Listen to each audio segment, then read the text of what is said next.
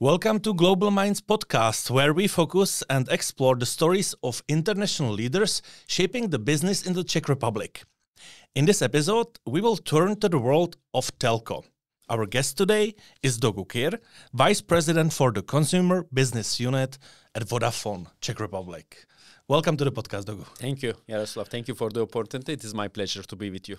Thank you very much for coming. Today, I'm really excited about this episode because we will focus on your career journey, which is truly global, from Turkey to Albania to Czech Republic. So my first question is super simple. Do you consider yourself as a global mind? I think I'm starting to have this privilege to say yes to this. Yes. And do you like it? I like to a lot to adapting to new cultures, new locations, and also testing myself and stretching myself. When I checked your bio, I noticed that you originally started in Turkey your career in a banking segment, in the banking sector. And after a couple of years, you switched and changed the segment into telco. Yes. What brought you to banking as a first? Were you the type of person who was like, okay, I will go into banking? Yeah, in fact, it has very clear reasons. So I'm a business administration graduate from a very reputable college in Turkey. And after that, somehow, all the job offers I get was about finance and banking, most probably because of the analytical thinking style. And I started to work for one of the very top banks in Turkey as the management trainee. But very soon, I realized that the banking industry, especially for a new joiner, is a bit monotonous. So the same tasks repeating, the same days, same weeks. And after 2 years, although it was very nice environment, and I start my graduate for stock exchange market, and I start my PhD thesis for banking, but then I decide to stop and try to something else. And what would be my next step? I had some criteria. First, it should be more dynamic environment. The second, more customer-oriented. And the third one, still it should be a strategic industry to shape the economic developments, the development of the society in a very strong way.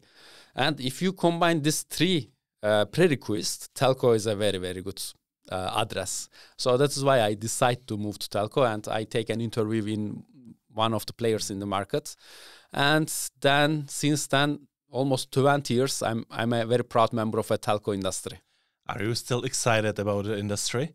Yes, I like my job a lot. And it is very dynamic, and it gives new reasons, new challenges, new excitements every day. So that's the reason I like my industry. You've mentioned that you were business-oriented. But why business? So let's focus on young Doğu. No other science areas. You were always a business guy. Yeah. You know, very funny. They do this talent test to you when you are in high school and etc. And when I did this kind of test, it was always about economics, business, behavioral psychology, behavioral economics. So that was my interest area. And it is not a coincidence, I think, that I start my career in banking. And then when I moved to telco, my first department was the pricing. So I'm a pricing expert as well. And I was giving trainings on this topic. So I think there is something related with business on my skills. You mentioned pricing, but before we started to shoot this podcast, you also mentioned that you started in a marketing department. Are these two worlds even at some point combined? Or I think that pricing and marketing are two completely different areas. Yeah, if you see marketing from a broader sense, in fact, pricing, products, place. So all these are important parts of the marketing. So which product you are selling or introducing to the customers, what price, which promotion, where. So these are all important marketing decisions. And I had the opportunity to try most of them. Also the pricing, product management, brands, and growth. So this is my journey in telco. Did you have to find some creative skills you maybe never knew you had? Not anymore, but I was very creative in modeling, in Excel, in building analysis. But, in banking, I was thinking that system is very important. You need to set up a good system and it will work. When I moved to telco, I realized that people is more important than the system. So the people can positively or negatively make a big change in the system. And after moving to Vodafone, I realized another level, culture is very important, because culture is shaping the people. So from that sense, I had the chance to experiment a lot of things in Vodafone. And I start creativity in analytical mindset and modeling. Then I trained myself also creativity in communication, because the world we are living in is totally lingual, and you need to express yourself in a clear way. You need to convince people, or you need to be convinced by people. So that is why I think now my creative approach is moving more to the communication and how to build connection with the people. That's really interesting. So basically what I'm hearing is that as a business person, business-oriented person, you have to be both focused on numbers, but also focused on people. Exactly. So were you always good in both of these areas? I believe there are some milestones in our careers or life, and it is shaping how we are. And one of that milestones for me was being the head of growth. So that is a good example I need to share with you, how you combine business and people together. So at that time, which was around 2018, Vodafone decided to do a big transformation on way of delivery, and it is agile transformation. So we decided to move to total agile delivery, which is very important because you are mixing the commercial people, business people, together with technology people. And we have decided to do two big tribes. One is acquisition, so kind of hunter group of people. And the second tribe is growth, so it is the farmer category. So this was totally dividing business into two as hunter and farmer. And I had the opportunity to lead that transformation. I became the tribe lead. So in agile terminology, it's called as tribe lead of the growth part. So like head of growth in the current terminology. And it was a big team consisting of technology people, business people, data scientists. So you need to merge all perspective for one objective. And objective is to grow the lifetime value of the customers. So from business point of view, it was a kind of mind-opening experience for me, because it was the time that I realized the value of analytical marketing. So think the old way of marketing, that you have a product and you have channels and you are pushing the product from that channels. But in this new way of doing business, which is analytical marketing, you are trying to delegate the marketing decisions to a mechanism, which is data-driven, which is analytical tools, which is machine learning. And what are that decisions? Who? The target customer. Who is going to get what product, with what price, on which channel, which context. So we were trying to delegate all these analytical decisions, marketing decisions, to the algorithms. And it's explode the business. So the result is a really high growth. That is the business part of this mind-opening experience for me. But it is only half of the story, because the other half is people. So there I learned and I adopt the agile leadership mentality, that you are, as a leader, just a servant of the people, that you need to unlock their barriers. So if you remove the impediments, barriers, they will do the objective. And my job was just to share the strategy and objective and help people to do their part. And working with different background disciplines, technology, testing people, all the different perspective, not only the business colleagues, really helped me to understand what is the importance of creating a synergy in the team. What is the importance of cross-functional work. So this is kind of shaped me as well from the people perspective. The agile mentality is a really interesting topic. You grew up in Turkey. Yes. So let's say, were you well equipped for the agile mentality, or did you have to change everything you knew before from leadership styles, and how should you as a leader act? One perspective, you are right, because Turkish economic and business culture is always intense and competitive, and there is an entrepreneurial mindset as well. But from the other side, as a part of culture, it's a bit hierarchical culture as well. And Agile is not working with hierarchy. So it is just enabling people. So yes, there are similarities, but there has been some things that I had to relearn as well. One specific example, very easy example, that I don't have a desk, for instance. When I take this role, there is no room, there is no desk, that you don't have a seat. You need to move always around, talk with the people, and understand how you can create better synergies, removing the impediments. So this is a different leadership mentality. So you need to take your sleeves up and work together with people, not directing them, not telling the task to them. Just give the vision, be clear with the strategy and vision, and then you need to see the dynamism in the team. So it requires a bit walking around and being present.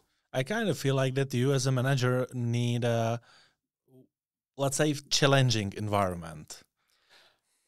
Yeah, I'm not sure if it is character or the telco shaped me or the Vodafone shaped me like this, but I'm more motivated with the stress and challenges. If there is not enough stress in the environment, I feel what is wrong right now.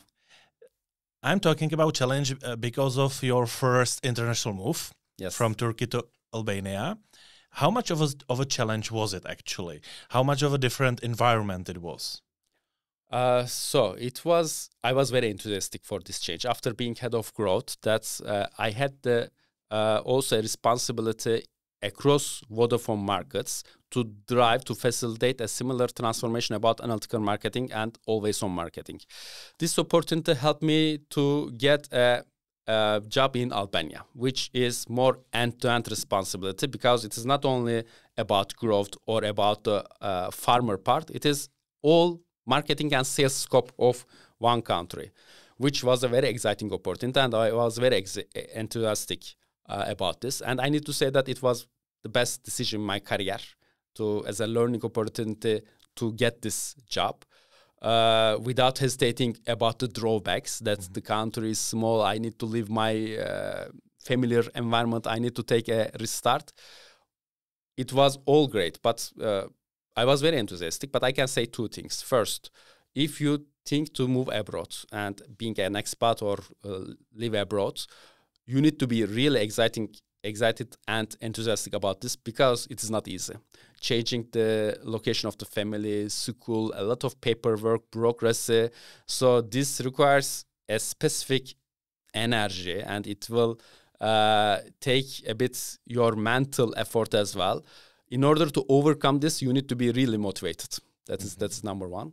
The second, if I see back that days, I had only one afraid, scared, and it was very human, I think, the afraid of being alone, because you are leaving your network back, you are leaving your friends back, and you need to restart again, and you will be alone, of course. But when I jump to the sea and go to my new place, I realized that it is never as bad as you think. So it was so easy to connect again with people. Well, you did it once from Turkey to Albania, but then after some success, after new network, after settling down your family, you did it again. Yes. And this time it gets easier, because I spent 4 years, almost 4 years in Albania. It was a fantastic time, both for the business results and both for learning new things. But this time what excited me is to take the recipe, to take what worked there and try it in a different place, to test it again. So that was really my biggest excitement. And of course, Czech is a fantastic market. It is much more mature, digitally ready, and there are a lot of potential here. So it was one of my top markets that I want to join. So when the opportunity showed up, I didn't hesitate. But my biggest motivation was to test again and stretch myself and challenge myself again. And if you ask the life perspective, this time it was much more easier, because it is the second time, so you have the experience what is going to happen to you and how you are going to adapt this. The second, Czech is a very international environment, especially Prague. It's a welcoming place. So except not seeing sun enough, I didn't have any difficulty to adapting here in the life as well. Well, you mentioned that you wanted to go to Prague, you wanted to go to Czechia, but at the same time, were you realistic about the Czech market? Did you have any fears, or were you so positively overwhelmed that this offer came that you didn't even realize maybe some kind of fears that you should have? Yes. So you know that every advantage has a hidden disadvantage in itself. So I said that Czech is a very stable and mature market, which is big advantage. But on the other side, it is even more difficult to create a change in a very stable environment, because the regulation is very stable, customer demand has already established, and every player here has already invested a lot. So the network quality in Czechia is very, very high. If you compare with other Europe benchmark, both fixed and mobile network provides a very good experience and quality. So the bar is high here. So that is the difficulty. So it's, yes, very mature, digitalized country, but the experience and the expectations of the customers are very high. So it requires a good level of effort to meet the expectations of the people. Let's say I have absolutely no idea what is happening in the telco segment, and you tell me that you are vice president for the consumer business unit. And my question is, okay, but what do you do? Yes. So what is your answer? Okay. So from functional point of view, I am taking care of the marketing and sales activities for the consumer segments. From more ambitious point of view, my job is to build the brand and shape it as the most trusted and preferred brand of Czechia, and becoming the digital preference of the families here. Mm-hmm. Would you say that this is your key mission right now? That is also a passion for me. Is it a mission that is accomplished, that could be accomplished for, let's say, 100%, or is it in some ways a little bit mission impossible? It is a journey, and we are in a specific level of this journey, and there are things progressing in a very strong way. In fact, today I am very happy to take this opportunity with you to be here, but I have a very busy agenda, because before New Year, we want to introduce a lot of new products, innovation launch, so we are working in this direction. And I believe it is achievable in a specific period of time. But what is the definition of success here? So having the highest brand consideration and becoming the most preferred brand, yes, these are measurable and achievable. But if you put your ambition as building the most trusted brand or love brand, it's a never-ending story. Yes. So basically, your mission is to show Czechs and other people living in Czechia that you are the best possible option in this area. So from your previous jobs and previous positions, what helps you to deliver this target? And what is something that you learned already in Czechia that you need to focus on? In fact, I will tell my first learning that I learned in my previous jobs, and even now in my last 1 year experience in Czechia, it teach me to be humble as well, because I will start to fine-tuning your sentence a bit. So my job or expectation is not to prove that we are the best one. My job and expectation is to achieve this all together, even including the ecosystem and customers as well. So it cannot be corporate and customers on separate places. Then it is going to fail. So we are trying to identify the ways how we get together, how we move together to a better future. So our purpose is to create a better future for all together. But if the corporate position at a separate place, it cannot happen. So we need to prove how the technology connects with human. We need to prove how the corporate connects with customers and human, and how we can do this as an ecosystem. So this is a cycle. Maybe it is a bit kind of theoretical speech, but in reality, the value we are creating is translated back to the investment. more security, more stable networks, more innovation. So everything is supporting each other in this like a big machine, part of a bigger machine. If you're saying that Vodafone should become, or your mission is to make it the most trusted brand on the Czech market, so how difficult is to create trust in a business environment from your point of view? If you could help me to build trusted business in my area, what would you recommend me? We have some advantages in this and some specific disadvantages. If I would recommend you what makes you the most trusted brand or person, it is in fact simple to say, but the first one is reliability, transparency, and being human, connectability. So that is very important as a starting point. And then there is another level, which is again easy to say, but challenging to deliver. You need to keep your promises. So one time you break your promise is going to damage that trust. So it will recover even more time to recover it. So keeping your promise is very important. But if you ask me what is the difficulty in this landscape while we are building trust, unfortunately in total Europe, telco companies has a legacy image perspective that telco business is more transactional and it is very complex. But on the other side, we are trying to build the future, not being transactional, every transaction has separate time, but to build a lifetime partnership. And okay, it's a complex business, but at the end, we need to figure it out how to make it simple for ourselves, for our customers, and decrease this complexity. So we are trying to manage this legacy impact as well. When I'm talking or when I'm checking the biggest international companies on the Czech market, so there is a one way of, let's say, influence that they bring from abroad. Vodafone is UK-based company, so I believe there is a lot of UK-based influence that you can bring and a lot of UK experience that you can bring on the Czech market. But on the other side, on the other hand, what is something really specifically Czech that you feel is within Vodafone in Czech Republic? Yeah.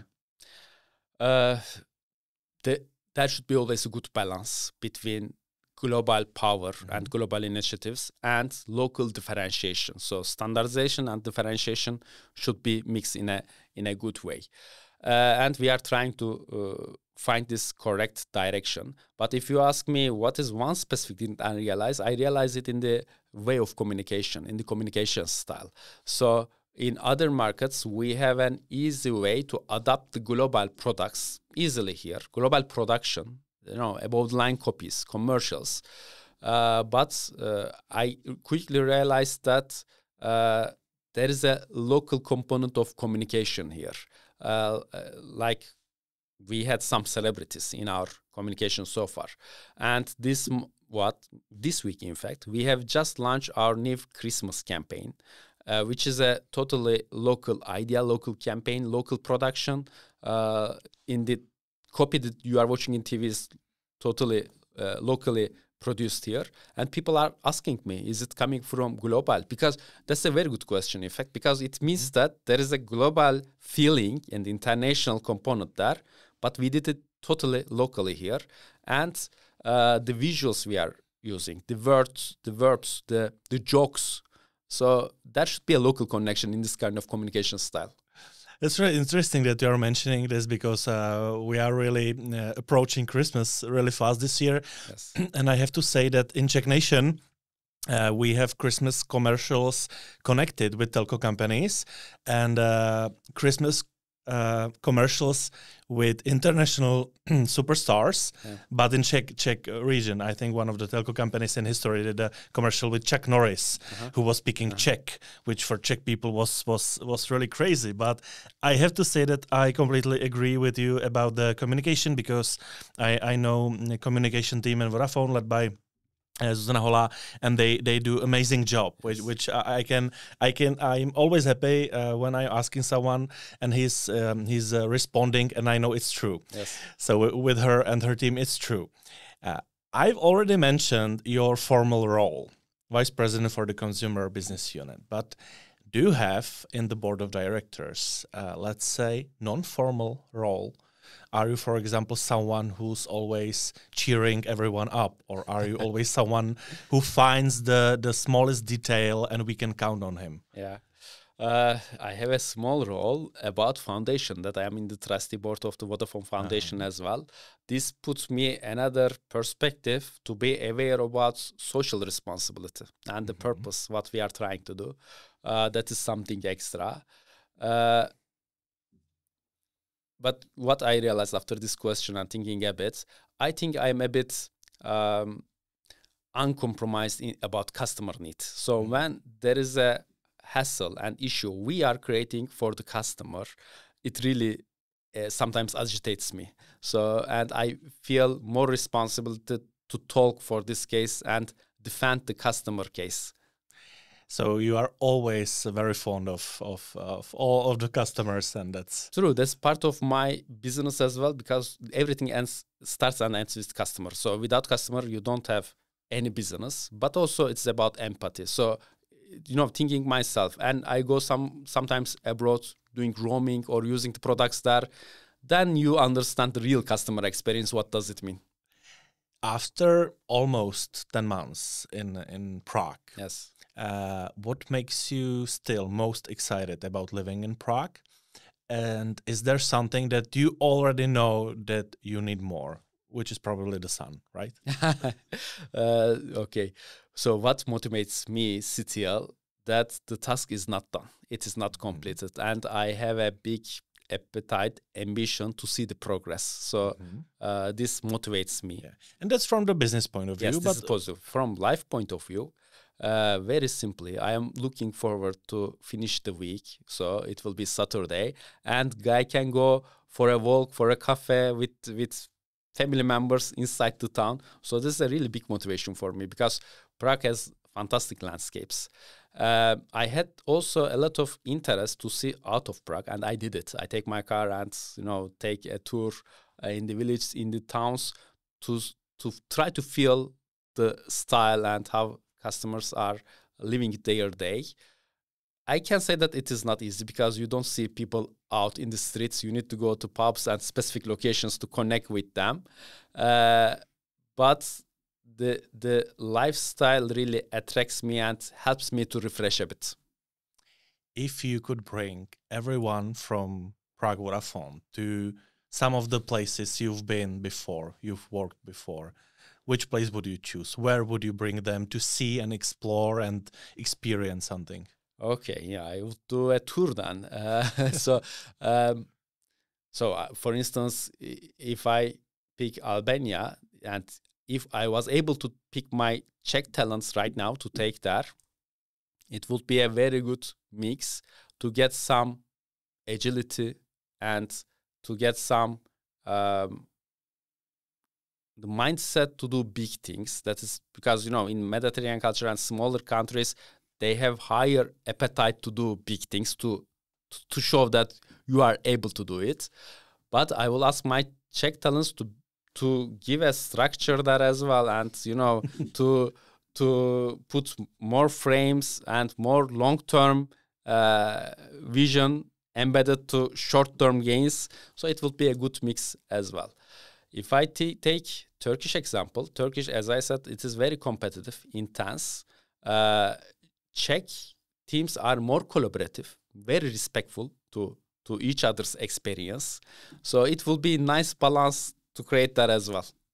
And my last question is very obvious. If you could invite all of your previous colleagues to Prague and show them some place or give them some food or whatever, so what would you choose so they can have truly Czech experience? Yes, this okay. Before coming to Czech, I was not a fan of beer, but the Czech beer is fantastic. So I think it should be somewhere around Old Town or close to the river. Having a beer there, it should be the starting point. It should be the starting point, but after that, I would try to show them the two faces of Prague. So one is very conservative, protecting the history and keeping the heritage. But the other way is very modern, the business environment, it's the heart of Europe. So I will show them how nicely combined here, the heritage and the modern business environment together. Thank you very much for your time. Our guest today at Global Minds podcast was Doğu Kir. My pleasure. Thank you, Yaroslav.